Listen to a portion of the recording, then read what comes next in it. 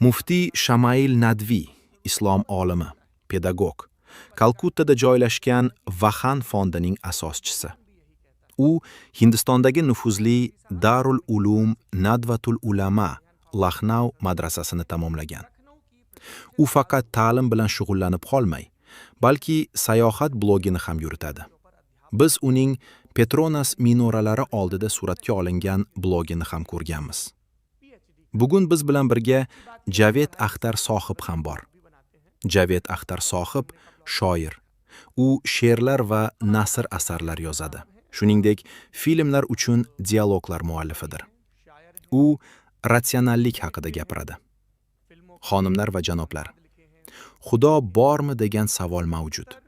Har bir inson bu savolga o'zi uchun javob izlaydi. Kimdir buni Xudo zarrachasini izlash deb ataydi. Kimdir ilohiy zarracha deydi. Yana kimdir Higgs bozonini izlash deb hisoblaydi. Ba'zilar massa qanday paydo bo'lganini, yaratilishdan oldin nima bo'lganini, vaqt paydo bo'lishidan oldin nima bo'lganini tushunishga harakat qiladi. Boshqalar esa bu izlanishlarning barchasi inson ongida sodir bo'ladi deydi. Ratsionallik haqida gapirganda hamma bir savolga javob izlaydi. Xudo bormi yoki yo'qmi? Umid qilamanki, bugun biz ushbu fundamental savollarni muhokama qila olamiz.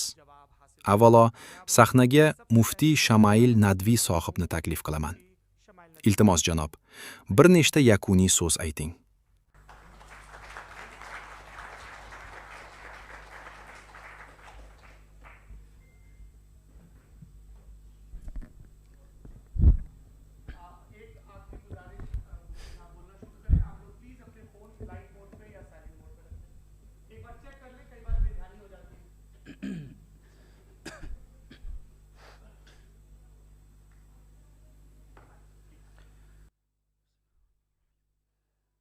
Butun hamdu sanolar bu koinotni muayyan maqsad bilan yaratgan zotgadir.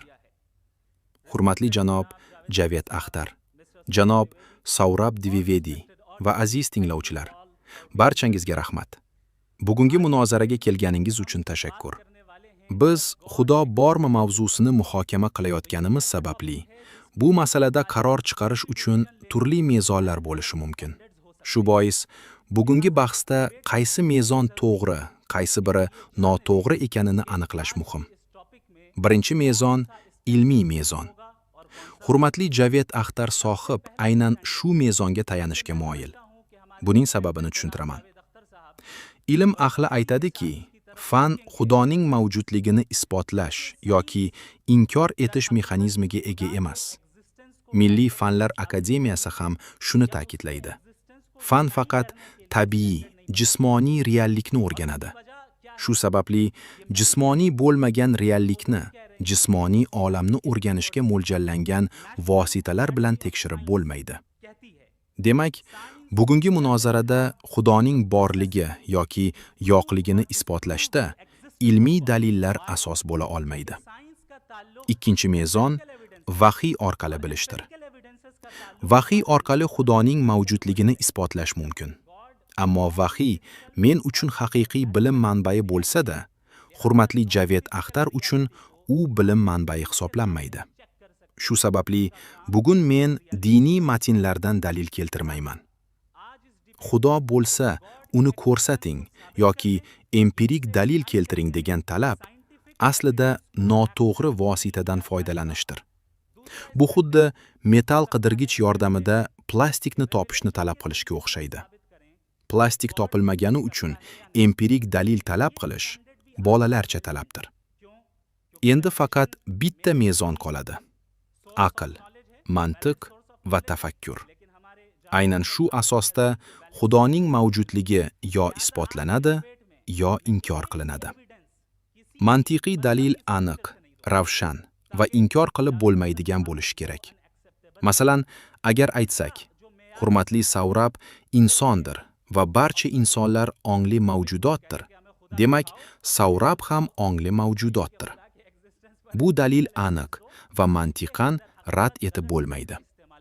Agar bugun hurmatli doktor Xudoning yo'qligiga oid shunday aniq va mantiqiy dalil keltirsa, men uni albatta qabul qilaman. Ammo amalda bunday dalil mavjud emas. Endi oddiy misol keltiray. Tasavvur qiling, biz hech kim qadam bosmagan, yakkalangan oroldamiz. Yurib borib, to'satdan bir to'pni ko'rdingiz.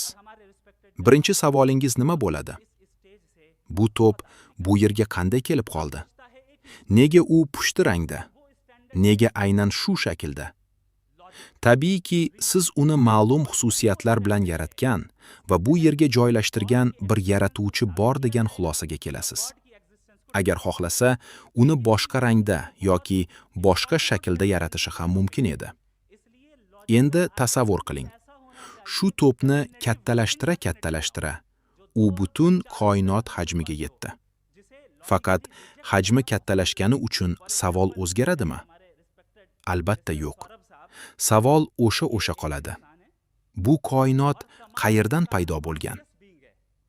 Ateistik dunyoqarashga ega odamlar bu savolga odatda bilmaymiz yoki o'zi paydo bo'lgan deb javob berishadi. Agar to'p haqida o'zi paydo bo'lgan degan izoh qabul qilinmasa, nega koinot haqida bu izoh qabul qilinadi? Bu dogma deyiladi. Tabiat hodisalarini tushuntirish Xudo yo'q degan xulosaga olib kelmaydi. Bu masalani inshaalloh keyinroq batafsil tushuntiraman. Men shuni ta'kidlaymanki, yovuzlikning o'zi Xudoning mavjudligiga dalildir. Chunki agar Xudo bo'lsa, biz mas'ulmiz. Mas'uliyat bo'lishi uchun esa tanlov va yovuzlik mavjud bo'lishi kerak. Aks holda zulmga uchraganlarning azoblari behuda bo'lib qolardi. Agar mendan bu to'pni yoki bu koinotni kim yaratdi deb so'rashsa, men sizdan butun koinot ichida kontingent bo'lmagan, ya'ni o'zi mustaqil mavjud bo'lgan biror narsani ko'rsatishingizni so'rardim. Falsafada ana shu tushunchalar orqali mavjudlik tahlil qilinadi. Agar siz, unda bu mavjudotni kim yaratdi? Uning sababi nima? Va bu sababning sababi nima? deb savol berib, bu zanjirni cheksiz davom ettirsangiz, bu sabablarning cheksiz regressiyasi deyiladi. Va bu mantiqiy xatodir. Konseptual jihatdan cheksizlik mumkin. Masalan, 1, 2, 3 va hokazo sonlarni sanashda. Sonlar cheksizdir. Lekin bu yerda biz konseptual cheksizlik haqida emas, balki zarur mavjudot haqida gapiryapmiz. Zarur mavjudot bu mustaqil mavjudotdir. Agar u bog'liq bo'lsa, u endi zarur bo'lmaydi. U abadiy bo'lishi kerak. Chunki agar uning boshlanishi bo'lsa, u holda u tasodifiy, kontingent mavjudot bo'ladi. U qudratli bo'lishi kerak. Chunki hozirda mavjudlik faol ravishda davom etmoqda. Sizning qo'llab-quvvatlashingiz va e'tiboringiz uchun katta rahmat. Bu muhim tadbirda ishtirokingizni chin dildan qadrlaymiz. Hamma qilayotgan ishlaringiz uchun sizga yana bir bor minnatdorchilik bildiramiz. Endi ushbu dalillardan so'ng hurmatli Javed Axtar sohibdan fikr bildirishni so'rayman. Xohlasangiz, o'tirgan holda gapirishingiz mumkin.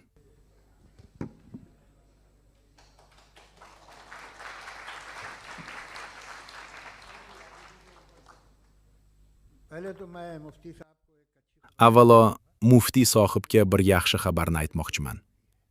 Ilm-fan sohasidagi bilimlarim juda kam. Shuning uchun bu borada tashvishlanmang. Bu Xudo haqidagi dalil yangi emas. U asrlar davomida mavjud bo'lib kelgan. Ba'zi dinlar 3-4 ming yillik bo'lishi mumkin. Inson esa Homo sapiens sifatida taxminan 10-12 ming yildan beri mavjud. Har doim nimagadir ishonch bo'lgan. Bu e'tiqodlar nodon odamlar uchun emas edi. Xudo obrazi yangi emas. U asrlar davomida mavjud bo'lib kelgan. Masalan, qadimgi Misrliklarda bunday e'tiqod bo'lgan. Ular piramidalarni qurgan. Rimliklarda ham bo'lgan. Ularning o'z me'morchiligi va senati mavjud edi. Aholi soni cheklangan bo'lsa-da, aynan ular demokratiyani yaratgan. Ularning o'z Yupiteri, o'z rasi, o'z vulkani bo'lgan. Ularning e'tiqodlari bugungi odamlar e'tiqodlaridan kam emas edi. Xristianlik Yevropaga kelishidan oldin u yerda German dini mavjud bo'lgan. U yerda qudratli bir xudo bo'lgan. Uning sodiq xotini, 2 jasur o'g'li va go'zal qizi bor edi. Xristianlik kelgach, bu dunyo go'yoki butunlay yo'q bo'lib ketgandek tuyuldi. Agar siz ularga ishonganlarni johil deb atasangiz, bu noto'g'ri bo'ladi. Ular o'z davrining juda qobiliyatli insonlari edi va buyuk ishlarni amalga oshirganlar. Vaqt o'tishi bilan bu dunyoda hamma narsa o'zgaradi. Ammo bu muhim savolda har bir jahon dini sizdan eng asosiy narsani, samimiy iymonni talab qiladi. Xo'sh, iymon aslida nima? Iymon bilan oddiy ishonch o'rtasidagi farq nimada? Agar kimdir, agar Xudo mavjud bo'lsa, uni menga ko'rsating desa, bu juda sodda va hatto biroz ahmoqona bo'lardi. Bu til. Bu taraf joh qismlarini pastini olib tashlashgan. Akamiz hozirda gapira olmaydilar. Taomlanishlari ham shu zo'm orqali taomlanadilar. Deyman, operatsiya bo'lganlar, lekin kutishyapti yana operatsiyani. Lekin bir kunda hozirda mablag' sarflanayotgan mablag' 500 mingning atrofida. Tasavvur qiling. 3 yildan beri hozir shu Uning yuqori nuqtasi bo'lishi kerak. U yerga borgan odamlar bor, guvohlar bor, sabablar bor. Bu iymon emas, bu ishonchdir. Xo'sh, iymon bilan ishonch o'rtasidagi farq nimada? Iymonda dalillar, ratsionallik, mantiq va tasdiqlar bo'lmaydi. Agar siz biror narsani bularsiz qabul qilsangiz, bu iymondir. Agar dalillar va guvohlar bo'lsa, bu ishonch bo'ladi. Agar men mantiqsiz, dalilsiz, tasdiqsiz bir narsani qabul qilsam, bu xurofot bo'ladi. Masalan, agar men Ron Mast mening akam deb ishonsam, men xursand bo'lish imkon. Hatto ichki xotirjamlikni ham hisob qilman. Ammo bu boshqa odamga nima beradi? Siz u bilan hech qachon uchrashmagansiz-ku. Iymonning ma'nosi shundaki, uni isbotlab bo'lmaydi. Agar isbotlab bo'lsa, iymon kerak bo'lmas edi. Siz aytgan orol va to'p haqidagi misolga qaytsak. Qiziq tomoni shundaki, siz orolni kim yaratganini so'ramadingiz. Sizni faqat to'p qiziqtirdi. Sizni faqat to'pni kim yaratgani qiziqtiradi. Siz faqat to'pdan hayratlanasiz. Biz esa oroldan hayratlanamiz. Siz hatto bu orol haqida savol bermadingiz. Men qanday qilib dunyoga keldim? Mening tug'ilishim oldindan rejalashtirilganmidi? Men rostdan ham tug'ilishim uchun belgilanganmidim? Yoki bu shunchaki omadli tasodif edimi? Xuddi bir qoshiq tasodifan kimningdir yoniga yopishib qolgandik. Mening tug'ilishim ham shunchaki tasodifmi? Siz ko'pincha aytganingizdek, tasodif va inson. Siz adolat deb ataydigan inson tabiati adolatli emish. Ammo tabiatdagi adolat aslida adolatsizdir. Agar sher kiyikni yesa, siz aytasiz, bir kuni adolat qaror topar emish. Lekin adolat bu insoniy tushuncha. Tabiatda adolat yo'q. Sher kiyikni yesa, uni hech kim jazolamaydi. Agar bo'ron kelib, yashil daraxtlarni ildizi bilan sug'urib tashlasa, bo'ron qamoqqa olinmaydi. Men yegan ovqatni ichagim hazm qiladi va buning uchun hech qanday jazo bo'lmaydi. Bu shunchaki hazm qilish jarayoni. Hammasi shunday sodir bo'ladi. Tabiat adolatsiz holda mavjud. Xo'sh, adolat nima? Bu insoniy tushunchadir. Shuning uchun agar kimdir sizga men senga adolat beraman desa, bu gap tabiatdan emas. Endi chapga buriling. Bu nimani anglatadi? Mana shu barcha qoidalar, tartib, intizom, odob, axloq. Chapga buriling. Aks holda nima bo'ladi? Yoki jarima to'laysiz, yoki avariyaga uchraysiz. Butun bu fazilatlar, tartib qoidalar haydash bilan bog'liq. Chapga burilmasangiz, xavf tug'iladi. Tirbandlik paydo bo'ladi. Poraxo'rlik boshlanadi. Bularning barchasi inson jamiyatiga tegishli. Adolat bizniki. U tabiatga aloqador emas. Sher kiyikni yedi, uni qamoqqa tashlashadimi? Bunday narsa hech qachon bo'lmaydi. Shu sababli dinlarning dunyoviy va'dalariga qarasangiz, bu narsalar tabiatdan kelib chiqmaganini ko'rasiz. Bu tabiat. Ba'zi odamlar butun olam faqat tabiatdan iborat deydi. Ammo dunyo tartiblariga qarasangiz, bu tasavvur hech qayerda to'liq mos kelmaydi. Bu yerda adolat yo'q. Lekin siz menga o'limdan keyin adolat bo'ladi deb va'da berasiz. Agar bu ro'y bersa, men juda xursand bo'laman. Ammo men bunga ishona olmayman. Chunki men o'zimda bunday iymonni hosil qila olmayman. Bu iymonga nisbatan noto'g'ri talabdir. Siz yana aytasiz, o'limdan keyin adolat bo'ladi. Agar men uni olsam, xursand bo'laman. Ammo bunga ishona olmayman. Chunki iymonni majburan yaratib bo'lmaydi. Ko'plab dinlar iymonni talab qiladi. Bu shuni anglatadiki, agar din me'yorida bo'lsa, hammasi emas, balki ayrim jihatlari, u insonda ma'lum fazilatlarni rivojlantirishi mumkin. Bunda foyda ham bor, zarar ham. Masalan, spirtli ichimliklar ko'plab dorilar tarkibida ishlatiladi. Amerikada umr davomiyligi bo'yicha tadqiqotlar o'tkazilgan. Ayrim xalqlarda kuzatilishicha, ular ko'proq eritilgan sariyog' iste'mol qilishadi. Boshqa tomondan, agar inson spirtli ichimlik ichsa, saraton kabi ayrim kasalliklar xavfi oshadi. Uni to'g'ri ishlatadigan odamlar ham bor. Ishonchim komilki, hurmatli muftiy bundan mamnun bo'lgan. Men ham bundan xursandman. Ammo dunyoda qancha odamlar borki, ular buning sababli o'zlarini barbod qilishmoqda. Bu xuddi spirtli ichimliklarga o'xshaydi.